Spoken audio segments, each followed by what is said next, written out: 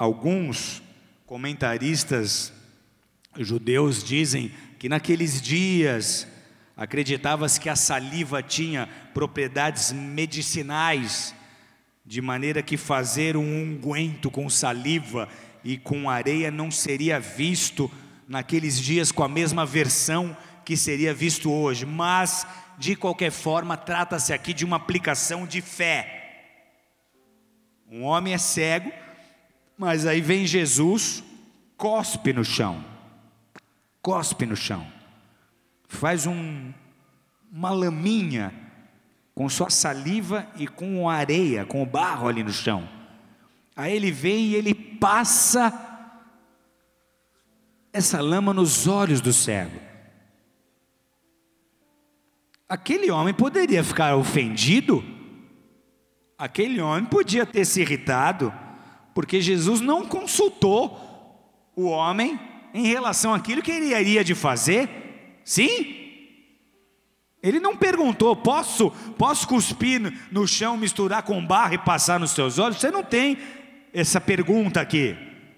O homem podia ter se ofendido, ele podia ter limpado aquela argila dos olhos, ele podia continuar cego. O que isso nos mostra, amados? Que a fé muitas vezes é irracional. Ela não chega a ser um total aborto do processo intelectual, mas ela chega muito próximo disso. É por isso que a fé que sai do papel, que salta da história, é tão inconcebível por aqueles que a racionalizam. Aqueles que intelectualizam a fé, eles podem conhecer as Escrituras, eles podem pregar com eloquência e com sofisticação, eles podem estimular o conhecimento e a sede de informação, eles podem tocar a alma das pessoas, mas nunca o seu espírito. Eles podem produzir uma riqueza intelectual, eles podem produzir riqueza cultural, eles podem produzir filosofia, mas a sua experiência de fé não vai passar disso. Será mais fácil taxar a ação imprevisível do Espírito Santo como histeria coletiva ou como distúrbio pentecostal, mas alguém que racionaliza a fé nunca no lugar do cego teria sido curado. Qual que é a teologia que me prova aqui que essa baba vai me curar?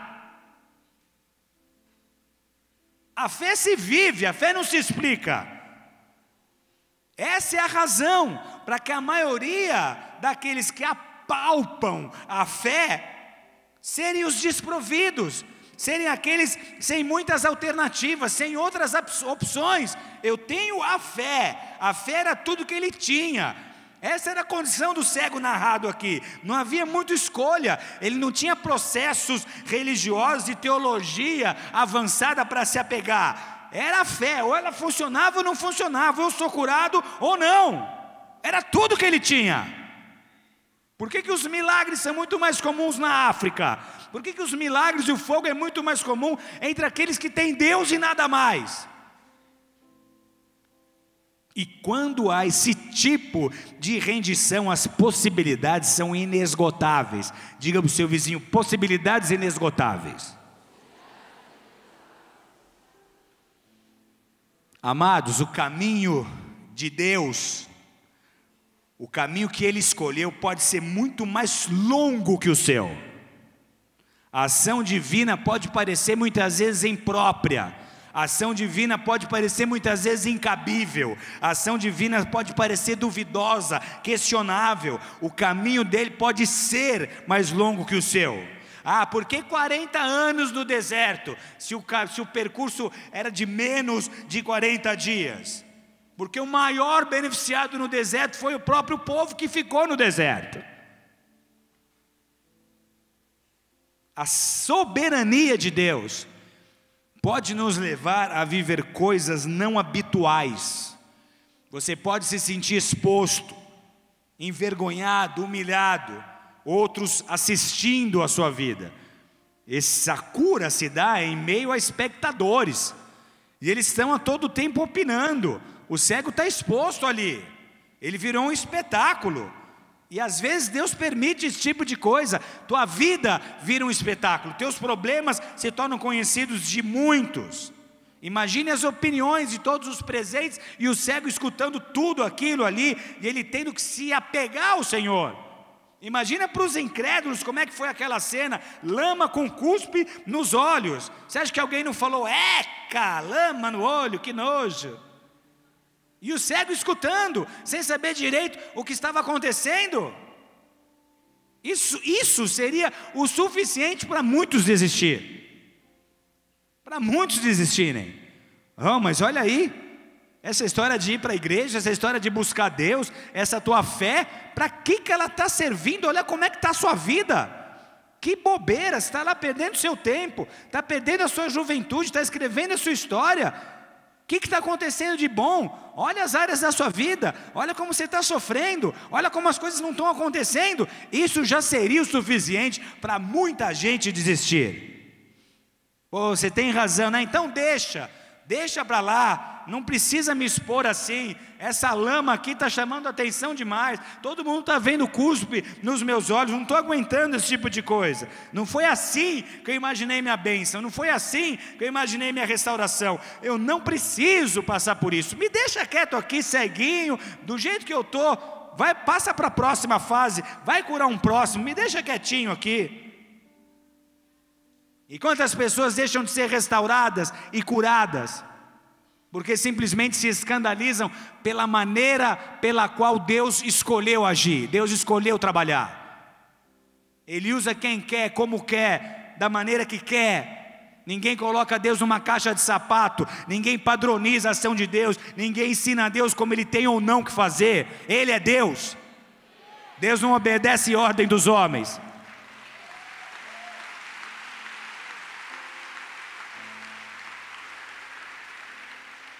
Diz isso para o amigo que está do teu lado aí. Não questione agora o que ele está fazendo. Espere o fim. Talvez o fim justifique os meios. Não comece a reclamar agora do que você nem sabe que ainda será. Deus está escrevendo a história, você não tem acesso aos capítulos finais. Você não sabe como essa história termina. Então você está reclamando do quê? Sabe quando você assiste um filme, você tem certeza que esse filme é ruim, e no meio do filme você reclama, e daqui a pouco o filme vai chegando no final, ele te surpreende, e você termina o filme em lágrimas? Essa história está sendo escrita por Deus.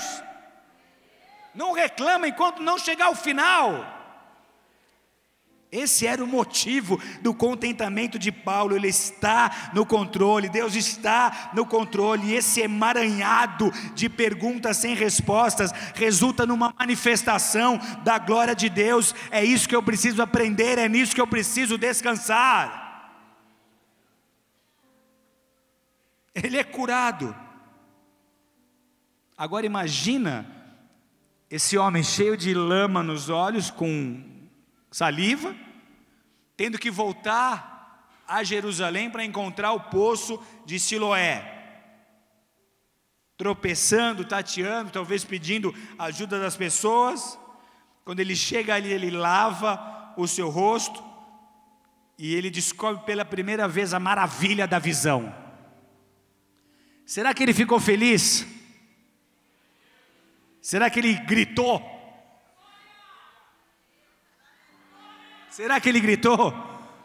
Eu queria agora ter a chance de entrar na máquina do tempo para ir até lá, para ver a reação desse homem, quando ele descobre que o cuspinho com barro deu resultado. Eu queria só estar ali para sentir a emoção dele. O quê? Ele me curou. Eu lavei os meus olhos, agora eu vejo. Metade da Jerusalém escutou os gritos desse cego quando ele volta para casa.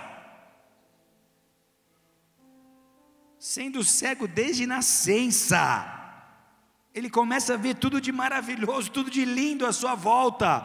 Ele nunca havia enxergado o caminho de volta para casa. Talvez até ele tenha que ter fechado os olhos para chegar em casa, porque ele conhecia o caminho sem enxergar.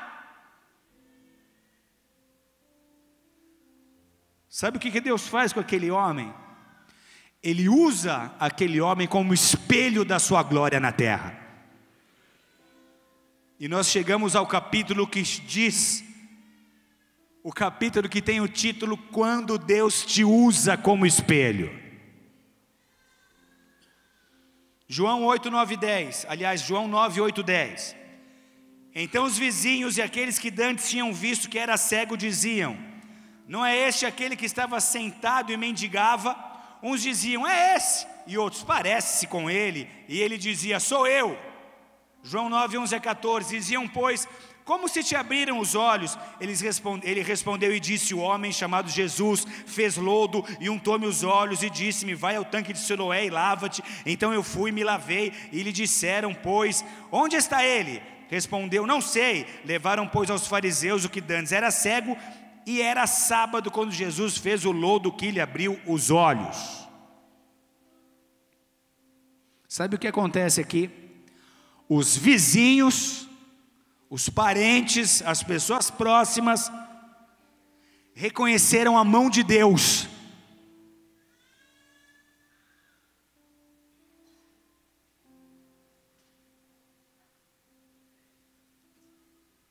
O testemunho daquele homem se tornou grande, conhecido. Ele já era uma figura popular, mas agora todos estavam testemunhando um milagre. E aí levaram esse homem até a presença dos religiosos, porque era um procedimento padrão. Houve uma cura, vamos levar até os líderes religiosos para eles confirmarem essa cura. Sabe qual que é o objetivo de Deus? O objetivo de Deus é o seu testemunho. Tudo que Deus faz é para te dar a oportunidade de testemunhar, porque o nome dele tem que se tornar grande nos seus lábios, os seus feitos têm que se tornar notórios na sua geração. Tudo que Deus faz é para que você testemunhe, para que você conte a história, é para que você glorifique a Deus através da sua vida. A glória de Deus se manifesta exatamente quando esse homem começa a contar e começa a falar aquilo que Cristo Jesus havia feito em sua vida. Quando você conta a sua história, quando você dá o seu testemunho, as pessoas ao seu redor obrigatoriamente terão um insight, uma intuição, um tempo de introspecção pelo choque causado pela sua história. O mundo não vai ler a Bíblia, você é a carta que Deus escreveu para essa geração. A intenção de Deus, o objetivo de Deus é o seu testemunho. Quando o cego começou a contar, pessoas se identificaram com aquilo.